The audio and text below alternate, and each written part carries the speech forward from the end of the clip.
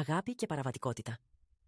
Η Νικόλ πλέον, μετά από μια μεγάλη προσπάθεια ετών στις σπουδές της, έχει τη δουλειά των ονείρων της ως ψυχολόγος. Είναι από πολύ καλή οικογένεια και με εξαιρετικούς φίλους. Κανείς όμως δεν ξέρει ότι παλεύει καθημερινά με την αυτοεκτίμησή της και μια κρυφή διατροφική διαταραχή. Αναρωτιέται συνεχώς. Μπορεί να βοηθήσει τους άλλους να θεραπευτούν όταν δεν έχει καταφέρει να θεραπεύσει τον εαυτό της. Η λεπτή ισορροπία που διατηρεί ανατρέπεται όταν γοητεύεται από τον νεότερο πελάτη της, έναν κατάδικο υπό όρους, τον Τζόρτζ. Η αλαζονία και η περιφρόνησή του για τη θεραπεία συνδυάζονται με μια μυστηριώδη γοητεία. Όσο περισσότερο χρόνο περνάει με τον Τζόρτζ, τόσο περισσότερο η Νικόλ έλκεται από την πρόκληση.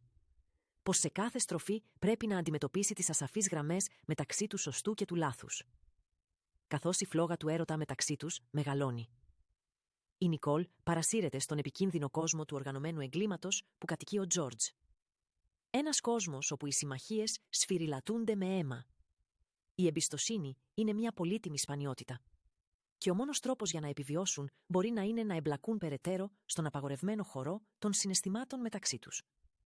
Θα καταφέρει τελικά αυτή η σχέση να έχει ένα καλό τέλος. Ή θα πρέπει η Νικόλ να γυρίσει την πλάτη σε αυτόν τον πόθο που την κάνει να φλέγεται. Εσείς τι άποψη έχετε?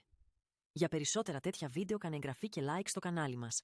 Γράψτε στα σχόλια αν θέλετε. Αγάπη και παραβατικότητα. Ευχαριστώ.